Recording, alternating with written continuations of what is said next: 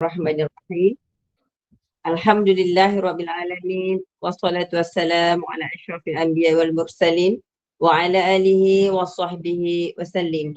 Allahumma shalli ala sayyidina Muhammad wa ala ali Muhammad wa ala alihi wa sahbihi ajma'in. Rabbana la tuzigh qulubana ba'da idh hadaitana wa hab lana min ladunka rahmah innaka antal wahhab. Rabbana atina min ladunka rahmah wahai lana min amrina rasyada. Amma ba'd. Assalamualaikum warahmatullahi wabarakatuh. Salam sejahtera, salam ukhuwah pada Al-Fadhil Ustaz dan semua sahabat pencinta ilmu yang dikasihi Allah yang istiqamah hadir dalam majlis ilmu kita pada petang ini, dan syukur Alhamdulillah kita masih menjadi pilihan Allah untuk duduk dalam majlis ilmu kita ini. Moga majlis kita ini dalam redha dan rahmat Allah. Amin. Kuliah ansar kita ini dari saluran Google Meet Gema Nur Iman yang dipimpin oleh Puan Hajah Rosniati binti Mansur dan ditadbir urus oleh Ahli Jawatankuasa Gema Nur Iman, akan dipimpin oleh Yang Berbahagia Al-Fadhil Ustaz Ilin Aminin bin Muhammad Saleh dengan pengajian kita pengajian berkitab Misbahuddujah Syarah Safinah An-Najah yang dikarang oleh Syekh Salim bin Sumair Al-Hadrami Asy-Syafi'i dan disusun oleh Ustaz Muhadir Haji Jul. Bagi menambahkan keberkatan majlis, mohon izin Ustaz untuk memimpin bacaan umul kitab Al-Fatihah dan pahalanya kita hadiahkan kepada baginda Rasulullah sallallahu alaihi wasallam, keluarganya dan para sahabatnya, para anbiya, para salihin, alim ulama, guru-guru kita, ibu bapa kita, keluarga kita dan semua muslimin dan muslimat ada yang masih hidup ataupun telah kembali ke rahmatullah. Al-Fatihah. أعوذ بالله من الشيطان الرجيم بسم الله الرحمن الرحيم الحمد لله رب العالمين الرحمن الرحيم مالك يوم الدين إياك نعبد وإياك نستعين اهدنا الصراط المستقيم صراط الذين أنعمت عليهم غير المغضوب عليهم ولا الضالين آمين. Amin, amin ya Rabbal Alamin. Bagi meneruskan majlis dan menyerahkan majlis ini kepada Al-Fadhil Ustaz dengan segala hormat dan penuh takzim, kita silakan Ustaz. Terima kasih. Assalamualaikum warahmatullahi wabarakatuh. Bismillah, alhamdulillah, wassalatu wassalam ala habibina Rasulillah wa ala alihi wa sahbihi wa man walah. Kita syukur pada Allah, petang ini mudah-mudahan semuanya sihat, walafiat, gembira, ceria. Tadi saya dengar suara sorang-sorang tu, masing-masing ada, itulah kelebihan orang perempuan, dia sambil bercakap dia boleh mendengar. Jadi semuanya bercakap, tak tahu siapa yang mendengar. Tapi saya fikir mungkin semuanya sambil bercakap, sambil mendengar. Satu kemahiran yang tak ada pada saya. Jadi mudah-mudahan dengan tanda-tanda yang seperti itu menunjukkan kepada kita sebut suasana yang ceria, yang gembira di tempat masing-masing. Mudah-mudahan petang ini pelajaran kita bermanfaat. Kita nak terus kepada muka surat 38 kalau tak silap saya. Betul Ustaz, nombor 34 insyaAllah. Nombor nota kaki 34. 34 ni dia sedang menceritakan tentang apa? Beriman kepada Allah. Beriman kepada Allah tu bukan maknanya sebut nama Allah saja. Oh, habis macam mana? Tu 1, 2, 3, 4, 5, 6 tu kat bawah tu. Itu asas dia lah. Okey, apa cerita dia? Berkata pengarang, Ustaz Muhadir menuliskan, beriman kepada Allah tu maknanya yang pertama, wajib meyakini dengan i'tiqad, pegangan, yang jazam. Jazam maknanya putus. Tak ada ragu-ragu, tak ada syak, tak ada risau-risau, tak ada agak-agak, tak ada teka-teka, tak ada jangka-jangka, tak ada. Dia putus 100% bahawa, apa yang kita kena beriman? Percaya Allah dialah zat yang wujud, maknanya ada. Yang kedua, Allah dia Maha Esa dari sudut zatnya, dari sudut sifatnya, dari sudut perbuatannya. Maknanya gini, tak ada apa-apa zat selain Allah yang menyerupai Allah. Tiada apa-apa sifat lain daripada Allah yang menyerupai Allah. Tak ada apa-apa perbuatan selain daripada Allah yang menyamai perbuatan Allah. Maknanya gitulah.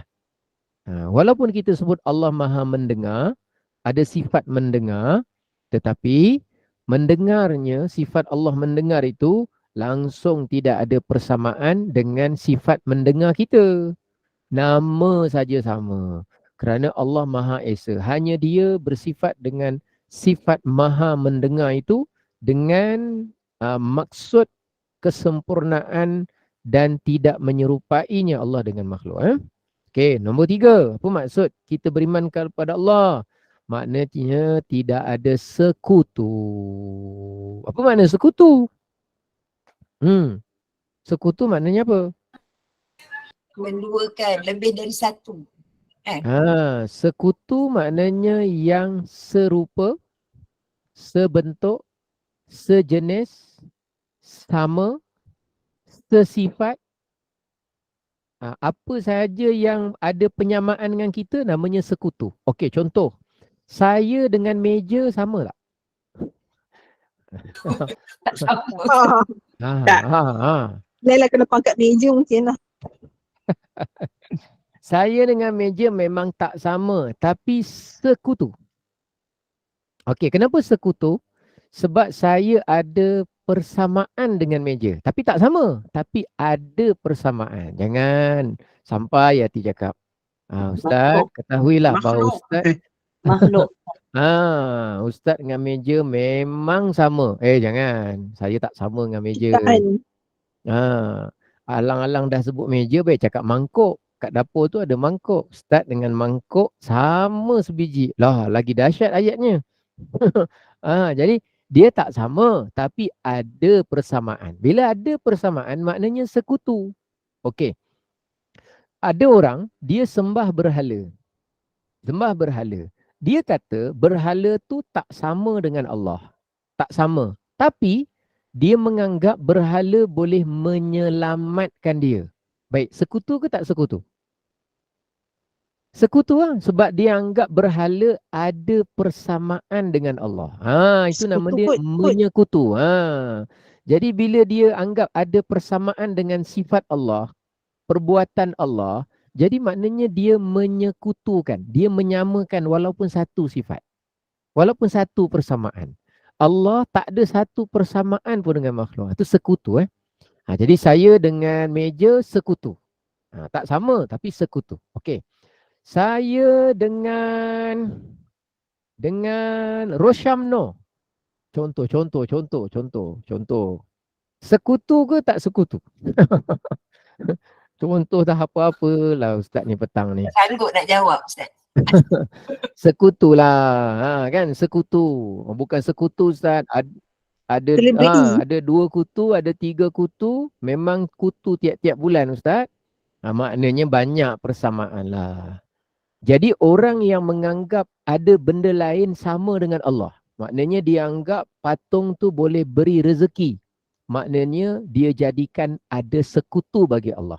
Kita nombor 3. Kita punya pegangan tidak ada sekutu bagi Allah. Boleh faham cerita dia?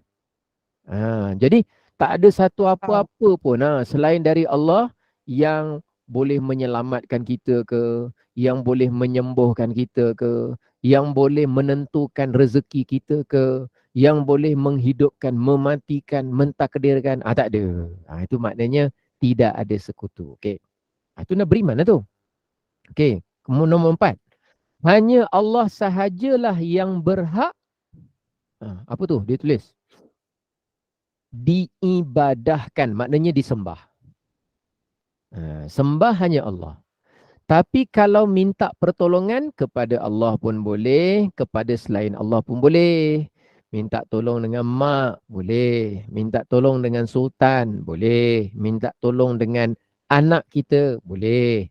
Minta tolong, kalau nak minta tolong, sebaik-baiknya minta tolong langsung kepada Allah.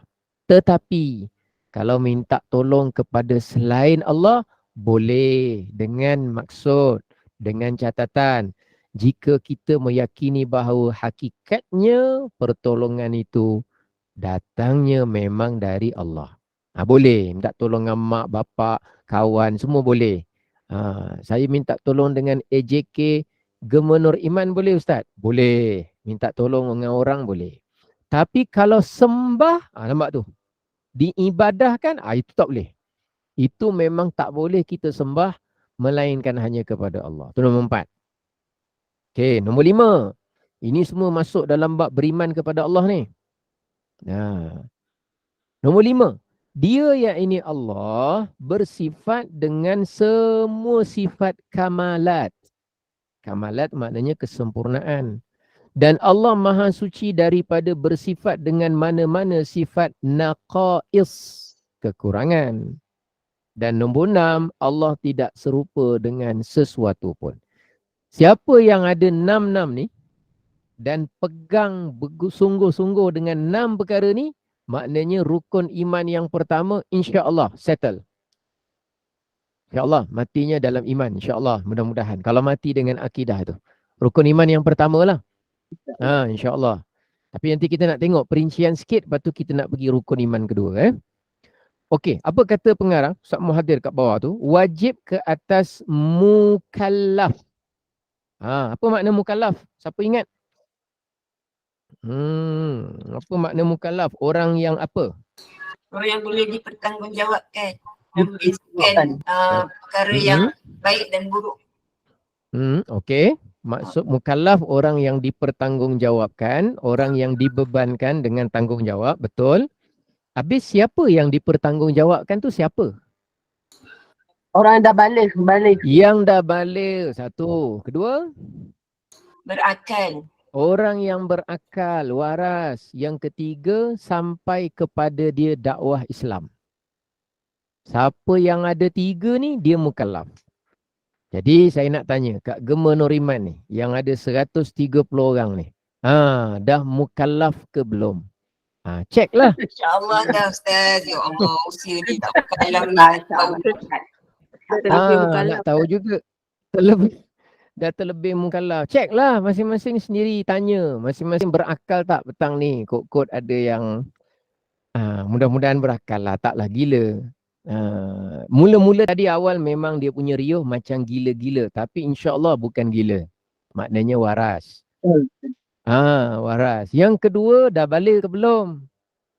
Kami bukan kata dah balik. Kami dah nak balik dah Ustaz. Okey, maknanya mukallaf. Dah expire Ustaz. Dah expire. Yang ketiga dah tentulah kita ni dengar azan, dengar apa. Jadi jawapan dia kita ni mukallaf. Bila mukallaf, dia wajib apa? Tu bawah tu. Wajib ke atas mukallaf. Kita kena ingat tau dia punya takrif. Jadi bila sebut mukallaf je kita dah tahu. Balik, berakal sampai dakwah Islam. Senang gitu. Catatan 3 tu ingat balik. Dia mukallaf. Dia ada lagi satu mu'allaf. Mu'allaf lain makna dia. Mu'allaf tu orang baru masuk Islam. Dijinakkan, dilembutkan hatinya menganut Islam. Tu mu'allaf. Yang ni mukallaf. Ada 2. Dia ada yang ketiga. Nama dia mupaham tak? Mupaham tak? Faham insyaAllah. Nombor 3 tu tak ada. Saya reka sendiri aja. Sabar. Baik. Ni nombor. Tengok bawah tu. Wajib ke atas mukallaf. Mengetahui bahawa termasuk dalam simpulan iman. Termasuk dalam simpulan iman ialah kita mesti mengetahui sifat yang wajib bagi Allah, sifat mustahil bagi Allah, sifat harus bagi Allah. Itu yang belajar 20 sifat tu. Wujud, qidam, baqa' tu. Kalau kita faham 20 tu beriman, maknanya kenal Allah. Kita tahu sifat yang mustahil, yang lawan baginya yang 20 tu, kita berimanlah tu kepada Allah. Itu maksudnya belajar. Okey, kita tengok sebelah makna. Apa makna wajib bagi Allah, mustahil bagi Allah, harus bagi Allah? Makna wajib bagi Allah ialah ma la yaqbalul intifa. Apa-apa sahaja yang tidak dapat menerima ketiadaannya. Maknanya memang tak boleh terima kalau dia tak ada. Maknanya wajib lah. Wajib bagi Allah bersifat kudrah. Tak boleh terima yang Allah tu tidak kudrah. Maknanya wajib bersifat kudrah. Itu maknanya wajib. Okey, kita tak pergi mendalam sangat yang tu. Nanti kita pening tu. Okey, kita pergi sentuh sikit-sikit je. Mustahil maknanya apa? Apa yang tidak menerima adanya ia. Contoh, Mustahil Allah bersifat lemah. Maknanya tak dapat terima adanya lemah bagi Allah. Maknanya mustahil. Mustahil bagi Allah ada anak. Maknanya apa? Tak dapat terima adanya anak bagi Allah. Kita tak dapat terima yang Allah tu ada anak. Itu nama dia mustahil. Macam itulah. Harus maknanya apa yang boleh menerima ada dan menerima tiada. Maknanya Allah perkara tersebut ada pun okey menerima, tak ada pun boleh diterima. Okey. Kita tengok bawah tu, tanbih. Ini bukan tambi. Kalau tambi tu maknanya apa Abang. Abang. Budak Tadi lelaki. siapa tadi? Budak lelaki. Abang, Tadi siapa yang cakap India tadi mungkin dia tahu. Abang. Tambi Tambi. adik. Adik. Abang. Abang, Anik. Ada Aneh. tambi adik. Tambi bawa adik. abang. Aneh abang. Boleh lah tu. Jadi Asyik adik tambi beradik aneh. Saya biasa adik tak panggil aneh. abang dah Ustaz. Oh gitu. Saya biasa adik tak panggil aneh. Saya panggil adik. Adik. Tambi Ah. adik. Aneh abang. Oh macam tu. Adik Baik. Saya tahu. Baik. Sabar semua. Masing-masing sedang membahaskan bahasa ni. Luar biasa. Okey, kita tengok kat situ. Tanbih. Jauh sangat kita pergi ni. Tanbih maknanya perhatian. Tolong bagi perhatian. Tidak ada sesuatu pun yang menyerupai Allah. Kata pengarang, akidah Ahlus Sunnah wal Jamaah yang sebenar ialah meyakini sebenar-benarnya bahawa Allah tidak ada mathil. Mathil. Dia ada 3 istilah tu. Mathil, syabih, nazir. Dia ada 3 tu. Mathil tu apa? Mathil iaitu seperti atau benda yang betul-betul semua sama sifat dengan Allah. Mathil tak ada. Saya dengan Rosyamno dikira mathil. Serupa tak? Taklah serupa betul lah. Tapi kira taklah maknanya. Ustaz ni dah 2 kali Rosyamno ni dah kenapa? Yalah tak. Saya nak contohkan aja. Nak beritahu. Kalau serupa sepenuhnya bahasa Arab dia panggil mathil. Allah juga tidak ada syabih. Syabih maknanya apa? Serupa atau sama selain daripada Allah walaupun ada satu sifat.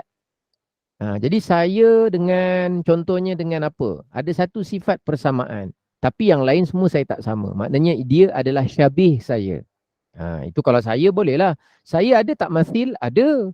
Banyak benda yang mathil dengan saya. Sama sifat dengan saya mungkin. Saya ada tak syabih? Pihak lain yang ada 1-2 sifat sama dengan saya. Ada. Sama. Okey, saya ada tak nazir? Nampak tu nazir? Iaitu sama dengan selain dalam banyak sifat. Banyak sifat ada persamaan nazir. Baik, Allah tidak ada mathil, tidak ada syabih, tidak ada nazir. Tiga-tiga Allah tidak ada. Maknanya tak ada siapa-siapa pun yang ada persamaan. Meyakini Allah tidak semisal dan serupa dengan makhluk, itu adalah akidah Ahli Sunnah wal Jamaah, disebut dengan nama akidah tanzih. Nama dia apa? Tanzih. Tanzih ni bukan nama mazhab. Bukan nama ulama. Tanzih tu nama konsep. Maksud tanzih tu mensucikan Allah daripada penyerupaan dengan makhluk. Siapa yang hari tu, tak silap saya ada cakap supaya pergi, kalau tak silap saya lah, tengok dekat YouTube ada satu lagu. Allah itu ada tanpa tempat, tanpa waktu. Ada tak saya suruh cari dalam YouTube? Bukan kat sini kau nangis tak? tapi ada. Allah itu ada daripada yang dengan yang Malaysia tu makhluk. aku apa tu kan. Sambung Oh. tu Ustaz lagu tu. Sambung tu. Ya, Masya Allah. Saya kalau sambung. Terhibur Ustaz. Ustaz teruskan lagu, teruskan. Tengoklah Ustaz. Jadi Sedap Ustaz. lagu tu dia simple tapi untuk macam anak-anak, untuk orang yang apa baru bukan baru belajar lah, maknanya ringkasan kepada maksud kewujudan Allah tu. Okay, kita tengok sikit lagu dia pendek je, 2 minit ke entah 3 minit, pendek je dan senang hafal sebab dia ulang aje. Tengok Yelah, teruslah ke Ustaz. Tengok dia punya apa Betul. seni kata dia seni kata dia tentang yang kita belajar ni. Tengok seni kata dia.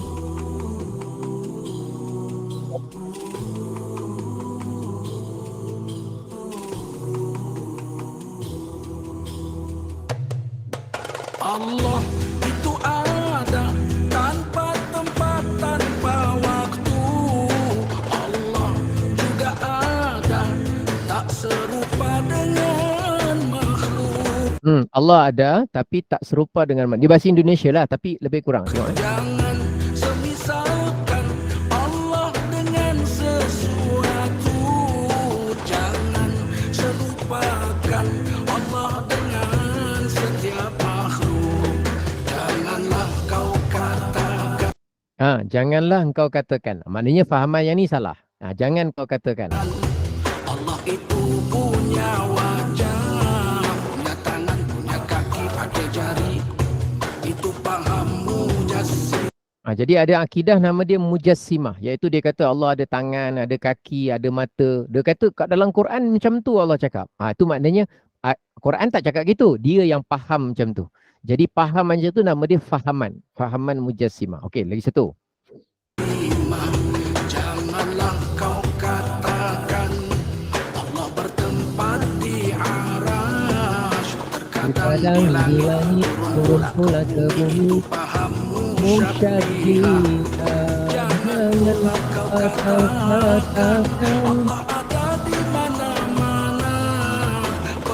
Jangan kau katakan Allah ada di mana-mana. Tak ada. Kalau Allah ada di mana-mana, kalau gitu dalam tandas, dalam reban, dalam longkang, dia sendiri cakap Allah ada di mana-mana. Salah. Allah bukan ada di mana-mana. Jadi dalam akidah, janganlah kau katakan Allah ada di mana-mana. Betul? Erat-erat paham yang selamat, Ahlus Sunnah wal Jamaah. Ahlus Sunnah wal Jamaah. Sampai situlah masing-masing dah terangguk-angguk kepala tu. Amboi. Tajuk lagu dia dah Ustaz, tajuk lagu. Tajuk lagu dia. Tajuk dia Kita tahu apa ni? tajuk senang dicari dalam Google. Boleh. Saya paste kat sini juga. Dia punya link dia tu senang. Dia kat situ dia tulis Tauhid Aswaja. lagu Tauhid Aswaja. Aswaja. Betul. Aswaja tu dia ringkasan. Boleh tolong ulang dan jelaskan perbezaan antara Syabi dengan Nazir tak? Macam dekat serupa tapi tak berapa betul. Tak apa sama. Dia sikit-sikit je beza. Okey, cuba tengok masil. Masil tu betul-betul sama semua sifat daripada perkataan misal. Misalnya contoh. Maknanya kita nak bagi contoh yang solid 100%. Yang syabi, dia ada satu sifat, dua sifat sama. Mungkin 5%. Jadi kalau saya dengan kambing ada serupa. 5% bukan 100%. Saya dengan kambing dikira apa? Syabih. Iaitu apa? Kambing ada nyawa, saya ada nyawa. Kambing hidup sementara, saya hidup sementara. Kambing ada janggut, Ustaz ada janggut. Adalah sikit persamaan. Tapi banyak tak sama. Kambing bulunya, kambing dia makan rumput, saya makan ikan siakap 8 rasa. Lainlah. Okey. Dia cuma ada satu kaki. Sama sikit. Tapi banyak lain lah. Jadi, kalau Nazir, nampak tu. Yang sama dengan selain, tapi dalam banyak sama. Tak sama semua tapi banyak. Contoh saya dengan Roshamno. Kan banyak sama. Umur tak sama tapi handsome sama-sama handsome. Berlakon tak sama, tak pandai berlakon. Jadi tapi banyak sama. Dia manusia, saya manusia, dia lelaki dia. Oh, rupanya banyak sama. Jadi banyak Senyum sama. banyak sama, sikit sama, semua sama. Lebih kurang macam itulah dia punya nak perbandingan 3 ni. Boleh? Faham cerita dia? Faham, Ustaz, terima kasih. Jadi Allah selain dari Allah yang sama sikit dengan Allah pun tak ada, sama banyak pun tak ada, yang sama semua pun lagi tak ada.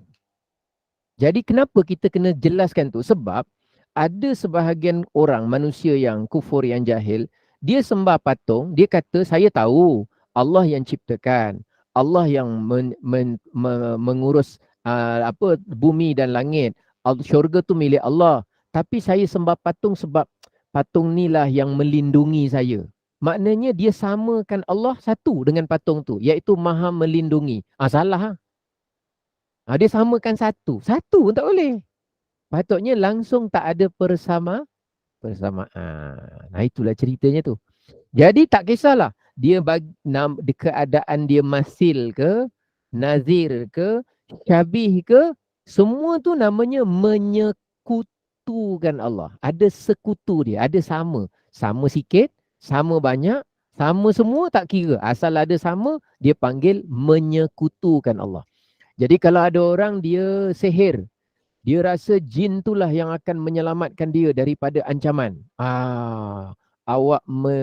Dia tahu Allah cipta dia. Allah yang jadikan dia hidup. Tapi dalam bab melindunginya dia kata jin. Maknanya dia menyekutukan. Tapi dia kata, alah Ustaz, saya cuma anggap jin tu pelindung saya saja. Daripada segala mara bahaya dunia ni. Maknanya awak telah mensyabihkan Allah. Mensyabihkan dia dengan Allah. Syabih maknanya ada sama tapi sikit. Nazir ada banyak. Macam itulah. Jadi kenapa dia cerita kat sini? Supaya nak menjelaskan kita punya keyakinan tak ada apa-apa pun selain daripada Allah yang menyamai apa pun sifat Allah dan perbuatan Allah. Itulah yang difaham daripada walam yakul lahu kufuwan ahad. Itulah cerita dia. Okey, jelas. Boleh lagu dah dapat, lagi apa? Perbandingan dah dapat semua ni. Okey. Ane tambi dah dapat, dah bincang dah masuk dalam mesyuarat, kita dah dapat keputusan. Sekarang kita tengok bawah pula. Apa perkataan kalimah-kalimah bahasa Arab yang menunjukkan kepada tanzih? Tanzih ni lawan kepada syirik. Syirik ni maknanya orang menyamakan Allah dengan makhluk atau menyamakan makhluk dengan Allah. Syirik, dia sekutukan, dia samakan. Contoh dia kata Allah ada tangan. Ada tangan walaupun dia kata tangan dia tak sama dengan makhluk, tapi ada tangan tu samalah. Sama-sama ada tangan yang tak sama bentuk, tapi sama-sama ada tangan. Allah tak ada satu sikit sifat persamaan pun dengan kita. Okey, lawan kepada syirik namanya tanzih. Okey, apa perkataan yang menunjukkan tanzih? Kita tengok ke bawah. Selalu kita mendengar selepas nama Allah biasanya disebut Ta'ala. Pernah dengar? Allah Ta'ala. Itu maknanya Allah yang maha suci. Atau kadang-kadang Subhanahu wa ta'ala. Pernah? Okey, itu namanya nak mensucikan Allah. Azza wa Jalla. Ada. Jalla Jalaluh. Jalla Jalaluh. Biasa dengar kat majlis apa? Siapa selalu ada pergi? Syekh Nuruddin.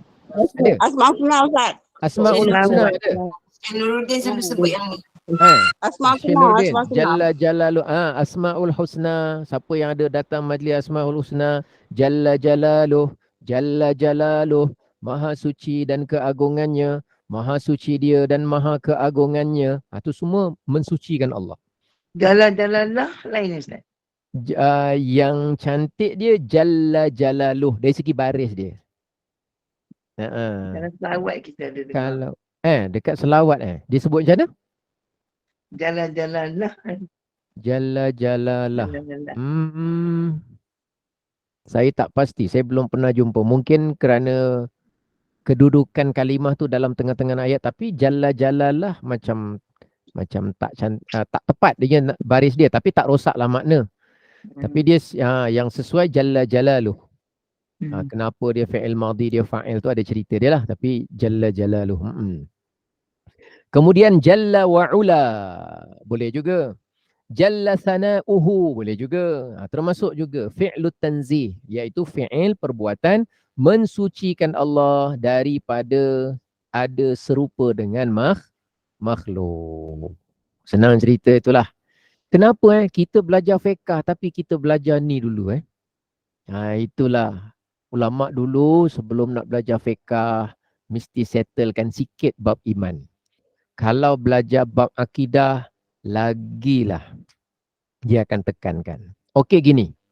Kalau kita tak belajar akidah usuluddin, bimbang batal syahadah kita. Kalau kita tak belajar syariat hukum hakam, bimbang batal ibadah kita.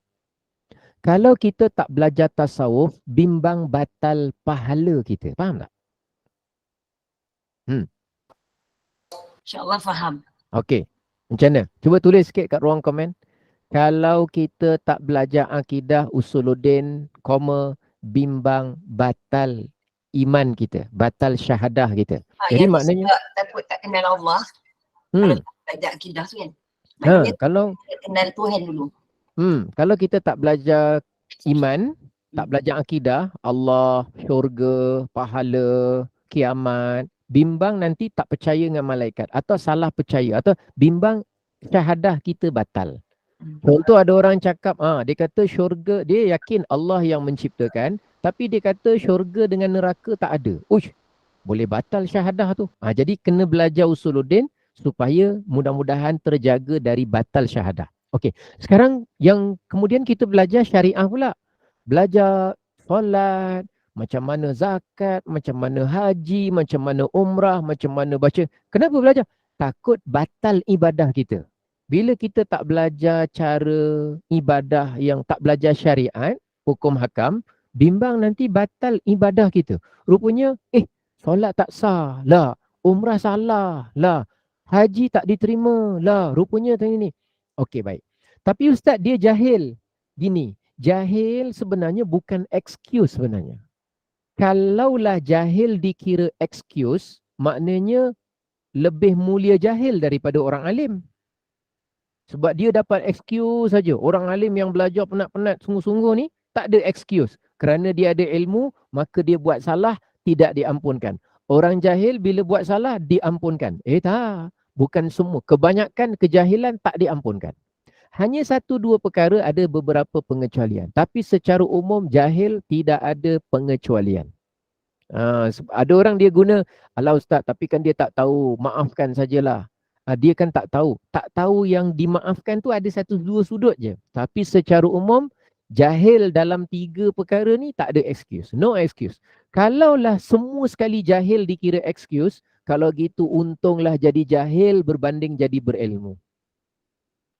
Sebab asal jahil je, okey tak apa. Asal jahil je, okey tak apa. Jawapannya tak. Zaman sekarang dah tak boleh simply cakap jahil, cakap dia tak tahu sebab dah terlalu banyak saluran dakwah tu sampai. Saya kan Yalah, zaman sekarang ni akses kepada pengetahuan semakin banyak, tapi cabarannya ialah memilih. Betul. Mencari, memiliki ilmu untuk memilih. Dulu memiliki upaya untuk mendapatkan. Cabaran dia nak memiliki upaya nak dapatkan. Tak ada internet, tak ada sekolah, tak ada buku. Sekarang buku ni bagi tahu hari ni, besok dah sampai dah. Punyalah cepat. Nah, yang ada belum tekan button buy lagi, dah ada orang belanja. Nak cerita dia, tapi nak kena pilih. Dia punya cabaran pula nak pilih. Pilih platform, pilih Google Meet yang mana, pilih kitab, pilih apa, macam-macam. Nak pilih guru tu pun cabaran Ustaz. Cabaran. Jadi gitulah. Jadi jangan salah pilih. Ni sebenarnya Gema Nuriman dah tersalah pilih saya ni. Sebab saya ni cerita. Janganlah sebut macam tu. Saya ni cerita sembang kosong je banyak cerita dia. Nak fahamkan ni. Ustaz. Ya saya. Ustaz. banyak orang saya duk tengok kan ada lah kan. Mereka mengaji mendalam Ustaz. Mendalam sangat berumah. Tetapi lah sekali Ustaz saya tengok dia dah cakap akhirat mana ada, Nabi Muhammad tu Tuhan tak ada. Macam mana saya pening lah Ustaz. Dia orang ada mengaji. ke? Ada sekarang Ustaz. Zaman sekarang ni ada. Kita lah kena tengok betul-betul. Takut anak-anak cucu kita tu je. Lalu tinggi belajar sampai last kali jadi macam tu. Macam mana tu Ustaz? Terima kasih Ustaz. Baik. Secara peribadi saya belum jumpa, tapi kalau ada orang lain terjumpa, mungkin sekarang ada, saya pun tak berapa pastilah, tak dapat nak mengesahkan. Tapi mudah-mudahan kita jangan jumpalah. Tapi saya nak sebutkan memang dalam banyak-banyak penyakit, orang selalu bimbang darah tinggi, orang selalu bimbang kencing manis, orang selalu bimbang sakit jantung. Tapi sebenarnya kita kena sama-sama bimbang satu penyakit, nama dia penyakit kejahilan. Itu penyakit yang paling susah sekali. Kita yang paling berpenyakit sekali itulah. Bila kita kaya pun kalau kita jahil, sebenarnya kita dalam keadaan yang nazak, sakit sangat jiwa kita. Dan bila kita dalam keadaan sehat pun kita jahil, bila kita sakit pun kita jahil. Sebenarnya jahil tu adalah penyakit yang amat berat. Sebab tu bagi orang-orang yang berilmu, mereka selalu bermati-matian menyampaikan ilmu sebab dia tahu kalau dia tidak rawat masyarakat, masyarakat akan jadi jahil, dia akan jadi sangat berpenyakit. Bahasa akan berpenyakit, perlihatan akan penyakit, nanti dia punya perbuatan akan berpenyakit, dia punya perangai akan berpenyakit, dan penyakit itu lagi menyakitkan daripada yang namanya sakit jantung, kencing manis tu apa semua. Sebab tu dalam kita bimbang dan mohon kepada Allah kesihatan jasmani kita, tapi kita kena besarkan kebimbangan ialah penyakit kejahilan.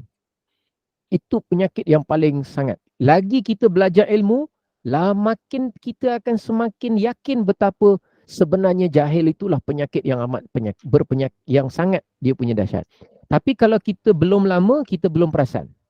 Kita sedar, kita tahu tapi kita belum feel lagi. Tapi kalau dah lama lagi kita kata ya Allah, betapa dahsyatnya kalau orang tu berpenyakit jahil.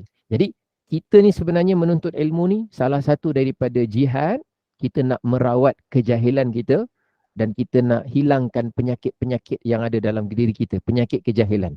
Sebab bila dengan ada ilmu, kita belajar satu tentang rukun iman. Oh, iman kepada Allah tu ada 6, maksud dia begini. Oh, tidak ada syabih. Oh, tidak ada mathil. Oh, maknanya kalau serupakan satu perkara pun dah tak boleh. Tiga-tiga tu namanya syarik, sekutu. Oh, sekutu tu menganggap ada persamaan walaupun satu, walaupun dua. Apa lagi kalau banyak? Apa lagi kalau menyamakan terus, mathil. Oh, macam tu rupanya kategori dia. Jadi kita belajar, oh macam ni. Benda-benda macam tu semua, perlahan-lahan sebenarnya dia merawat kejahilan kita. Sebab tu, memang share link Gema Nur Iman tu kat kawan-kawan supaya dia datang pengajian ni. Jadi ulama' kita bimbang sebab apa? Dalam kita bimbang batal ibadah, mereka ambil berat dulu. Jangan batal akidah. Jangan batal syahadah. Okey. Bila syahadah sederhana baik, okey, kita melangkah nanti cerita panjang nak elak batal ibadah. Maknanya belajar hukum hakam syarak. Nanti pergi kepada ketiga, perlu belajar tasawuf. Tasawuf ni takut batal apa? Batal pahala. Contoh. Ada orang itu dia Muslim, akidahnya benar, solatnya cukup sempurna, 13 rukun apa semua, tapi dia solat tak ikhlas. Jadi solatnya sah. Akidah pun sah. Tapi sayang, rupanya gugur, hilang pahala dia. Pahala ikhlas tak ada. Pahala khusyuk tak ada. Pahala reda kepada Allah tak ada. Pahala ubudiyah tunduk tak ada. Yang ada rasa terpaksa semayang kerana bapak mertua datang rumah. Bapak mertua datang rumah, kelang kabut, cari sejadah yang dah terlipat kat belakang pintu lama tu. Jadi belajar tasawuf tu kita nak mohon supaya, tapi kena berperingkat lah macam tu lah. Okey tu ringkas-ringkas lah. Kita nak laju-laju ni, nak melanjutkan bicara ni. Satu soalan, maksud tanzih perbuatan mensucikan Allah, betul? Mana? Oh, yang bawah tu? Maksud tanzih, saya nak ke maksud dia. Tanzih maknanya mensucikan. Mensucikan. Okey.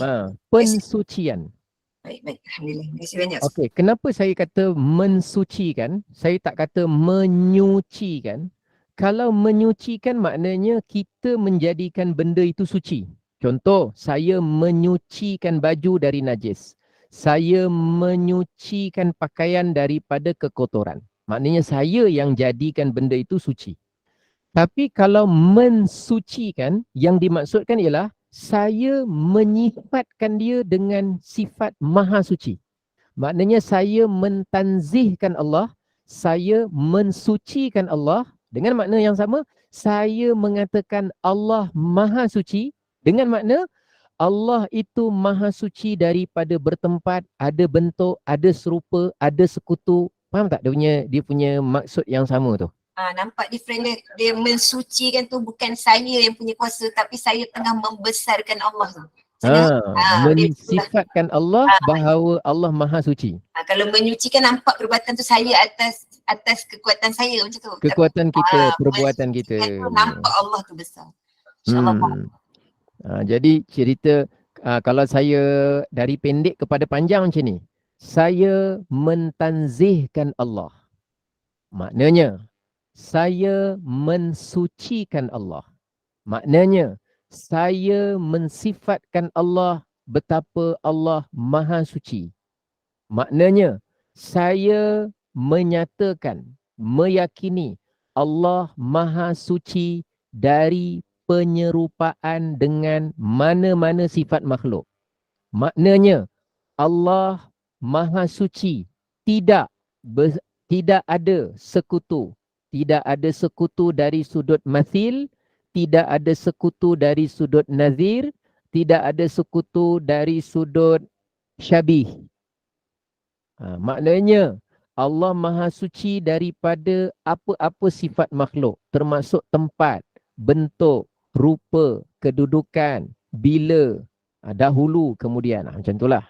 Itu detail-detail dia baru perincian. Ringkasan dia, subhanallah. Dia punya yang pemberat timbangan, subhanallahi wa bihamdihi subhanallahil azim. Sebab tu Rasulullah kata apa? Ada 2 kalimah, ringan atas lidah, berat atas timbangan besok dan sangat disukai oleh Allah. Sebab tu dia punya pendek tapi dahlah ringan kat lidah. Subhanallahi wa bihamdihi subhanallahil azim. Subhanallahi wa bihamdihi subhanallahil azim. Yang itu ringan atas lidah, tapi besok dekat timbangan akhirat berat. Kenapa berat? Sebab dia berkaitan dengan tanzih. Mensucikan Allah. Bila berkaitan dengan tanzih, nampak pendek tapi dia punya, dia macam surah Al-Ikhlas lah. Nampak 4 ayatnya pendek, 4 ayat. Tapi kata Rasulullah, innaha ta'dilu thuluthal Quran. Ingat, surah Al-Ikhlas itu menyamai 1/3 Al-Quran. Pendek. Tapi bila dia solid menceritakan tentang sifat Allah sepenuhnya dari awal sampai akhir, maka dia punya kedudukan dia istimewa tanpa merendahkan surah-surah yang lain. Okey, macam tu. Assalamualaikum. Ada orang. Okey Ustaz, okey. Alhamdulillah. Waalaikumsalam. Alhamdulillah. Usyuk. Baik. Usyuk, Ustaz. Usyuk. Betul. Alhamdulillah, mudah-mudahan. Okey, kita tengok muka surat 40. Akidah yang selamat. Ni ada stage susah sikit. Tapi kita pelan-pelan kita cuba pelan-pelan insya-Allah. Akidah yang selamat jika kita tinggalkan 4 perkara. Tinggalkan 4 perkara tu maknanya jangan tanya. Bukan tinggalkan 4 perkara tu maknanya jangan belajar. Tinggalkan tu maknanya jangan persoalkan, jangan pertanyakan 4 ni. Okey, apa dia? Yang pertama, jangan tanya di mana.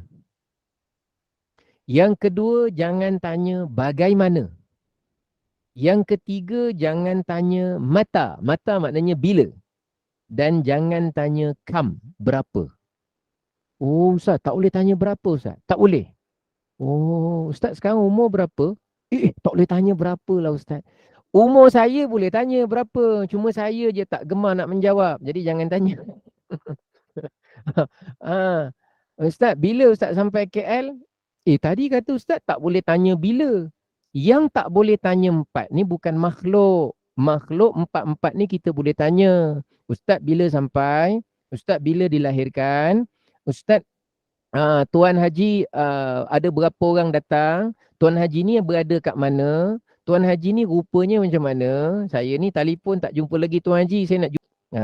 Cerita dia. Yang kita maksudkan tak boleh tanya 4 ni siapa? Allah. Allah. Ha? Allah. Ya, yang maksud sekarang tak boleh ditanya perkara 4 ni ialah tentang Allah. Kita tak boleh tanya di mana Allah. Sebenarnya tak boleh. Sebab, dia ada sebab dia. Tapi kalau orang jahil tanya, tetap kena jawab yang betul. Okey, kenapa tak boleh tanya di mana? Sebab di mana ni biasanya merujuk kepada tempat, lokasi, kedudukan. Jadi Allah kan dia tidak bertempat, tidak berlokasi, tidak berkedudukan. Dan lokasi, kedudukan, tempat, ruang, space, itu semua makhluk. Allah tak memerlukan makhluk. Jadi tidak ada di mana bagi Allah. Sebenarnya macam tu. Sebab tu tak boleh tanya. Okey. Kedua, ni tak apa, dengar je dulu. Nanti kita cerita dia punya tu. Yang kedua, tak boleh tanya bagaimana Allah itu ya. Jadi tak boleh tanya Allah tu tinggi berapa tinggi, Allah tu berapa besar, Allah tu berapa tebal, Allah tu warna dia apa, Allah tu bentuk dia tipis ke tebal, Allah tu dia benda halus ke benda boleh pegang. Semua tu bagaimana? Jawapan dia tak boleh tanya. Sebab apa? Sebab tinggi, rendah, kecil, besar, tebal, tipis, warna, tak warna, kabus, tak kabus. Itu semua sifat makhluk. Jadi maknanya apa Ustaz? Allah itu tidak ada bagaimana bagi Allah. Oh, maknanya Allah tak ada rupa. Tak ada rupa, tak ada saiz, tak ada bentuk, tak ada fizikal, tak ada jisim, tak ada benda, tak ada. Allah bukan benda, bukan jisim, bukan apa, bukan. Oh, jadi kita tak boleh tanyalah Allah tu macam mana bentuk dia. Tak boleh. Sebab tidak ada macam mana bagi Allah. Okey, ketiga. Allah tu tak boleh ditanya, bila start Allah ada? Sampai bila Allah ada? Jawapan dia tak boleh. Kerana Allah tiada permulaan, tiada pengakhiran. Yang boleh tanya bila-bila ni makhluk. Sebab makhluk dia terkait dengan masa. Allah tak terkait dengan masa. Tak berkaitan dengan masa. Masa tu kan makhluk. Siapa cipta masa? Allah. Siapa cipta waktu? Allah. Siapa cipta zaman? Allah. Siapa cipta detik? Allah. Siapa cipta saat? Allah. Cipta memori? Allah juga. Jadi sebelum masa ada, waktu ada, zaman ada, peristiwa ada, semuanya asalnya tak ada. Tak ada masa. Alam pun tak ada, masa pun tak ada. Bila Allah cipta saja masa, barulah masa berjalan. Jadi Allah dia wujud sebelum adanya masa lagi. Wish, Ustaz. Kalau pukul 6.05 lah cerita macam ni. Oh, mata saya ni rasa macam berbola mata ni tergolek-golek ke atas meja tempat saya belajar ni. Tak apalah. Sabar je lah. Mungkin lah. Mungkin. Orang Jawa kata apa? Witty. Witty. Baik, tengok bawah tu. Apa dia kata? Kerana perkara ini hanyalah melibatkan makhluk, bukan Allah Ta'ala. Jadi, kalau ditanya juga, Ustaz, kalau orang tanya Allah ada ke tak ada, apa kita nak jawab? Wujud. Kalau ditanya lagi, Allah sejak bila dia ada? Qidam. Sampai bila Allah ada? Baqa.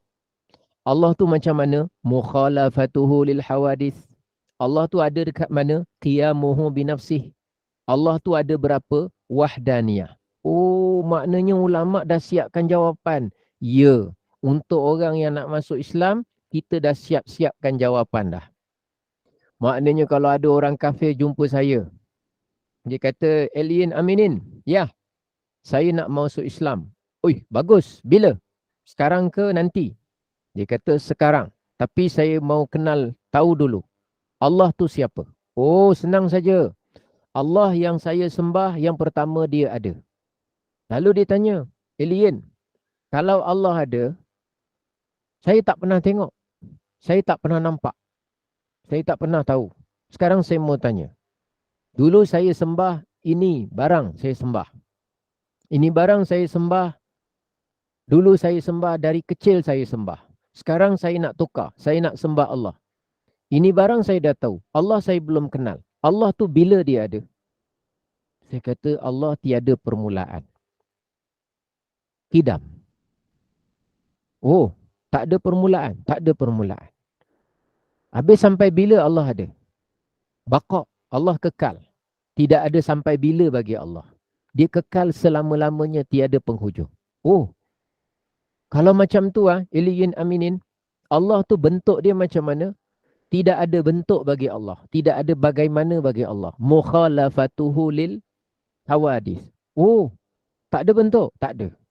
Dia tak ada saiz ke? Tak ada. Habis rupa dia saya nak tengok, tak ada rupa bagi dia. Dia warna apa? Tidak ada warna bagi dia. Oh, dia tu macam cahaya. Bukan. Cahaya tu makhluk. Oh, dia macam asap. Bukan. Asap tu makhluk. Habis dia macam mana? Tidak ada macam mana bagi Allah. Wah, saya tak boleh fikirlah Allah. Bagus. Memang Allah tak boleh fikir. Kalau awak tak boleh fikir, itulah betul. Masuk Islam sekarang. Oh, kenapa tak boleh fikir? Sebab apa saja yang kita boleh fikir, maknanya makhluk. Kenapa? Sebab fikiran kita tu sendiri makhluk.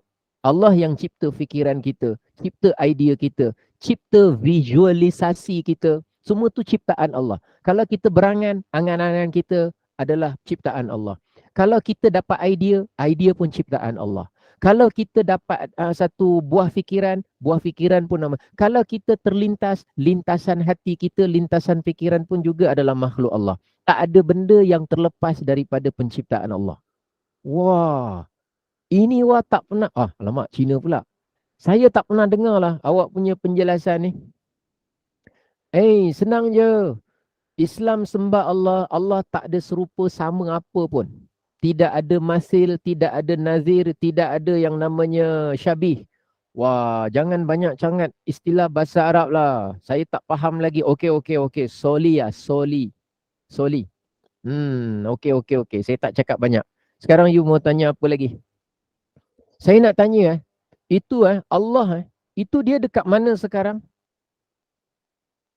Qiyamuhu binafsihi. Tidak ada di mana bagi Allah.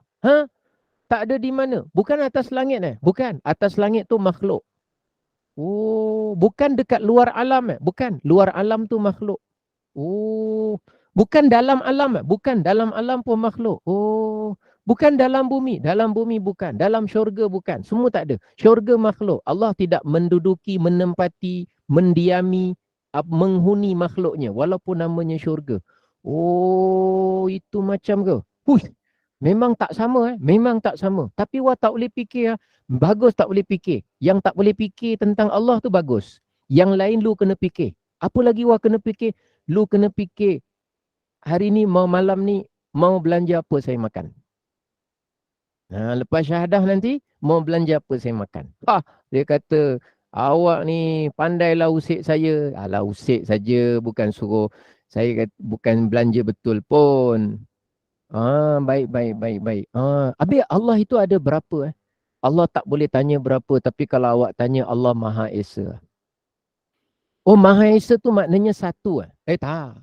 Maha Esa tu maknanya tunggal, tiada persamaan dengan apa-apa. Oh, bukan satu bukan. Oh, kalau orang cakap Tuhan itu satu macam mana?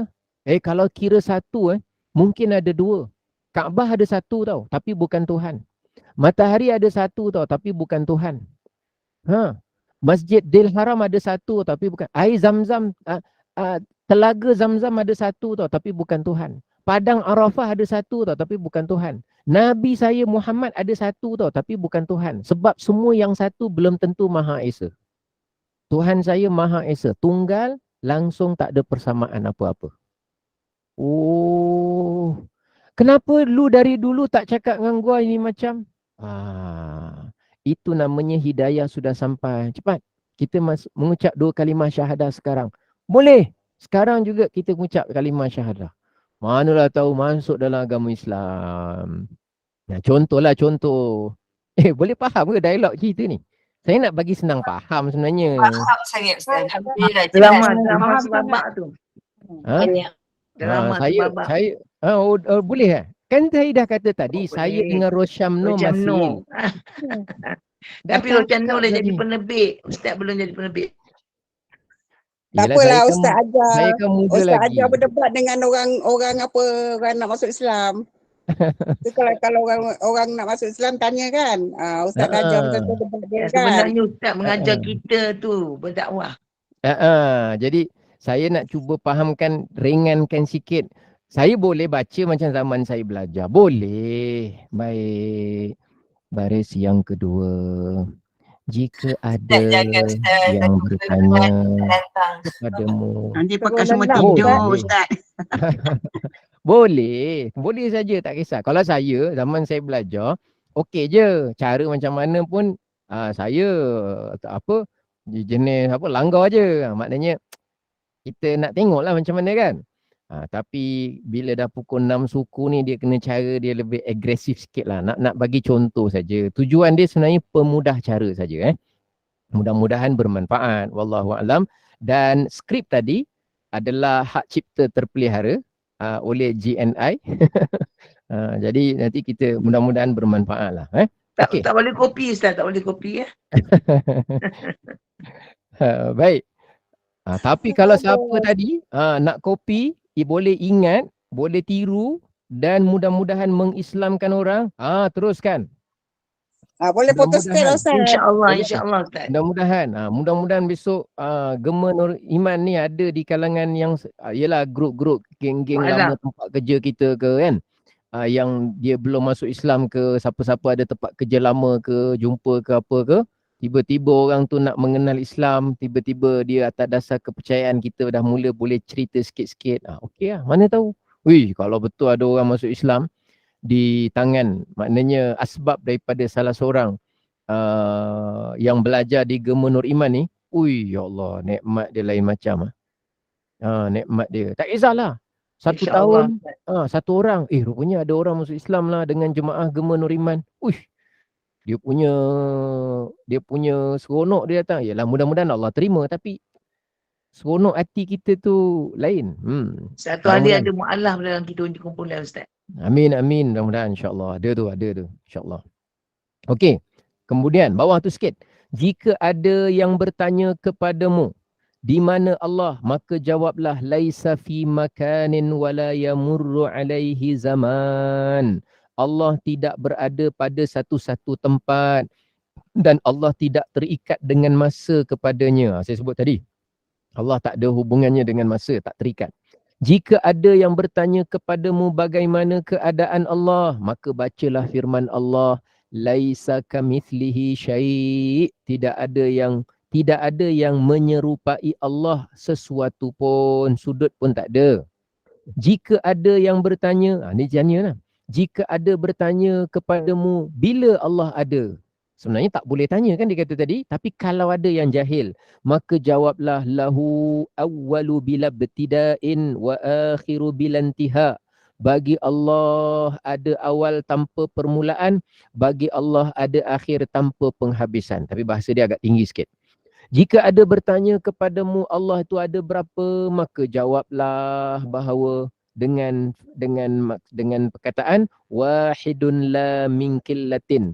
Allah itu Maha Esa tanpa ada pecah-pecahan bahagian-bahagian. Kemudian bacalah firman Allah. Lagi bagus baca satu surah terus. Surah apa tu? Surah Al-Ikhlas. Qul huwallahu ahad, Allahus samad, lam yalid wa lam yulad wa lam yakul lahu kufuwan ahad. Itu satu surah tu memang merangkumi 4 perkara tadi. Allah tak ada permulaan, tak ada perakhiran, tak ada bagaimana, tak ada di mana, tak ada bila, tak ada berapa. Memang cantik lah. 1/3 Quran. Rajin-rajin selalu zikirkan, wiridkan Qul huwallah tu, surah Al-Ikhlas. InsyaAllah nanti pegangannya makin kuat, utuh. Biar mudah-mudahan tauhid kita di samping kita belajar peringkat demi peringkat insyaAllah. Jadi itulah yang dapat saya kongsikan. Sekian, ada drama, ada lagu sikit petang ni. Entah kenapa petang ni ada drama, ada lagu, ada contoh. Ustaz, di Lagi ada. penghujung ni diperakuilah Santai, Ustaz, sesuatu santai. dengan Rosyamno. Kita bersantai. Tak adalah, saya gurau-gurau je tadi minta maaf, jangan ada yang ambil serius. Oh betul lah, memanglah ustaz tu saya tengok dia atas sikit daripada Rosyamno. Sudah, jangan macam-macam. Mudah-mudahan tujuan saya nak memudah cara saja, mudah-mudahan kita dapat faham dan semoga apa yang kita laksanakan ni diterima oleh Allah, niat nawaitunya kerana Allah. Dan tahniah kepada 170 orang. Mudah-mudahan minggu-minggu ke hadapan sebelum kita makin tebal belajar ni, pastikan kita ajak sampai 200 orang supaya mudah-mudahan dapat mereka tak ketinggalan sangat jauh. Wallahu a'lam bissawab. Mohon diri dulu dan saya. Ya, saya. Apa maksudnya ada pecahan tu? Pecahan tu maknanya boleh yatajazza'. Yatajazza' tu maknanya ada benda dia satu tapi boleh dipecah-pecahkan. Dia ada dibahagi-bahagikan. Contoh, Kaabah tu ada satu tapi Kaabah tu ada batu-batunya. Batunya pula ada abuk-abuknya, debu-debunya. Debunya pula boleh dipecah-pecah. Sesuatu yang boleh dibahagi-bahagikan, dipecah-pecahkan kepada benda yang lebih kecil tidak dinamakan yang Maha Esa. Walaupun bilangannya satu. Sifat Allah Maha Esa, Allah bukan boleh dibahagi-bahagikan, dipecah-pecahkan kerana dia bukan jisim, bukan benda, bukan sesuatu yang boleh dicerai-ceraikan. Contohnya macam kita lah, kepala kita boleh cabut, tangan boleh cabut, patah. lepas tu daripada kepala tu ada kulit, daripada kulit pula ada pecah-pecah, ada liang-liang, daripada satu liang ada sel pula, lepas tu sel ada nukleus pula, lepas tu mana benda yang boleh pecah-pecah ni bukan Maha Esa. Berarti Ustaz. Sama-sama, saya kembalikan semula kepada pengacara majlis, silakan. Alhamdulillah, syukur pada Allah. Kuliah asar kita berjalan lancar hari ini. Kita belajar beriman dengan Allah seperti yang disyarahkan dan dijelaskan Ustaz dengan terperinci tadi. Moga Allah beri kita kefahaman akan ilmu yang disampaikan di dalam mengenal Allah. Moga semua ilmu yang disyarahkan Ustaz memberi manfaat dan menambah ilmu pengetahuan kepada semua jemaah. Moga boleh disebarkan insya-Allah dan moga segala ilmu yang disampaikan ini mendapat redha dan rahmat Allah. Terima kasih Ustaz. Terima kasih semua jemaah. Saya mewakili Gemah Iman, mohon maaf kerana ada sebarang kekurangan dalam majlis kita ini. Segala yang baik itu pada Allah dan yang buruk itu adalah daripada kami sendiri. Saya mohon izin Ustaz untuk saya buat sikit bahan kuliah pada malam ini.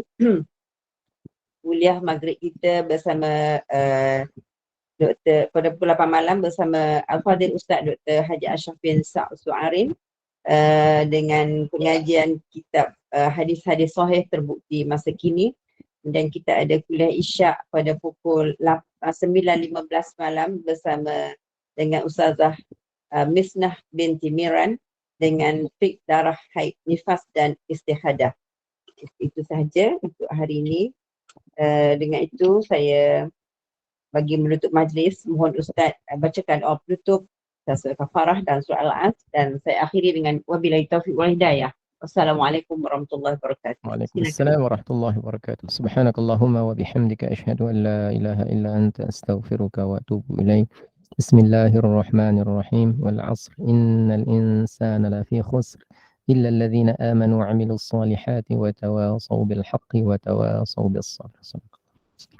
Terima kasih semua. Terima kasih.